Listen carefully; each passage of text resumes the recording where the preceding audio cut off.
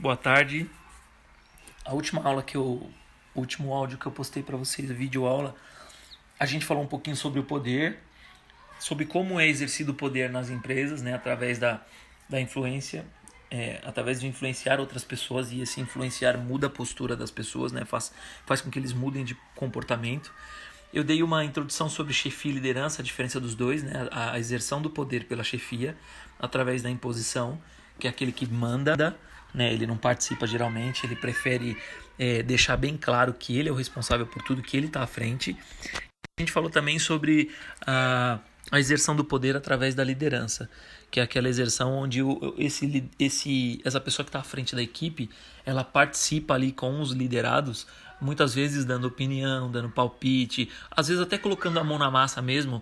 Por exemplo, chega no final do mês, a empresa tem que entregar uma meta de produção, por exemplo, ou uma meta de vendas, e o líder ele é tão participativo que muitas vezes ele acaba entrando no processo de vendas e está ali com o pessoal até o final, porque para ele é importante que esses resultados sejam alcançados, né? E os liderados, quando eles percebem que o chefe está ali, que ele também coloca a mão na massa e tudo mais, isso faz com que eles tenham um apreço maior, né?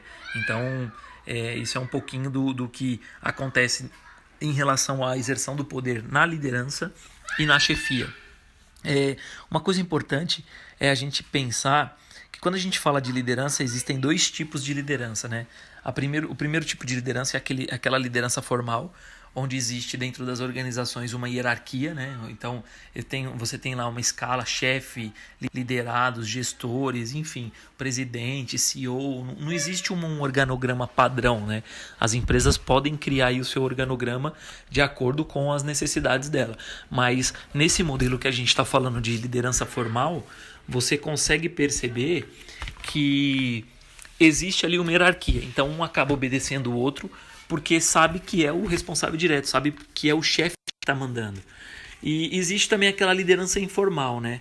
Essa é uma das lideranças que não existe combinado, não existe uma imposição. A liderança informal é aquela onde, por exemplo, grupos com os mesmos interesses, com o mesmo perfil, eles acabam se unindo dentro da empresa e acaba formando aí as chamadas panelinhas, né?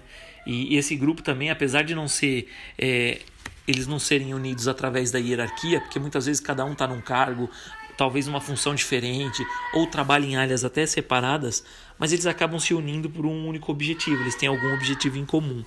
E esse grupo, apesar de não estar pautado na hierarquia, ele também é muito forte. Por quê? Porque através dele, eles conseguem se unir, por exemplo, para mexer com a gestão. Já teve vários casos, eu acredito que alguns de vocês já tenham vivenciado isso, onde um grupo se uniu e eles conseguiram fazer com que a gestão fosse alterada, porque não estava exercendo uma boa atividade, não fez um bom papel, e aí esse grupo acaba se juntando, e como o grupo é forte, às vezes tem até credibilidade dentro da empresa, por mais que não estejam numa hierarquia mais elevada, mas eles conseguem conquistar alguns objetivos. É lógico que vai ter para os dois lados da moeda, né? Você tem um grupo que está interessado em melhorar os resultados, o grupo informal, e tem aquele grupo informal que se junta para falar mal, para reclamar e tudo mais. Então, é importante que quando se está diante de grupos informais, você consiga identificar qual é o líder ali dentro daquele grupo informal. Por quê?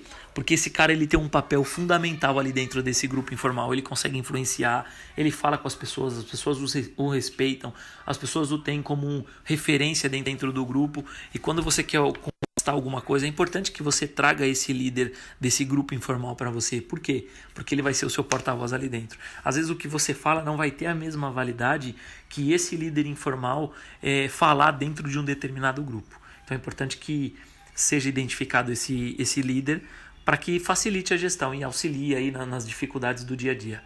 É muito difícil, às vezes, você estar diante ali de uma equipe e ter um grupo informal forte que eles não estão abertos a ouvir um novo gestor, principalmente para quando você é novo e assume uma determinada função nova, um departamento novo. E se você tiver esse líder informal ao seu lado e você mostrar para ele que você está ali para ajudá-lo, a chance desse grupo se virar para você é muito maior. Eu espero que fique claro aí para vocês, tenha ficado claro essa parte do líder formal e o líder informal e como atuar diante de alguns desafios que vocês podem encontrar aí no mercado de trabalho com esse tipo de liderança. Tudo bem? Boa tarde e até a próxima aula.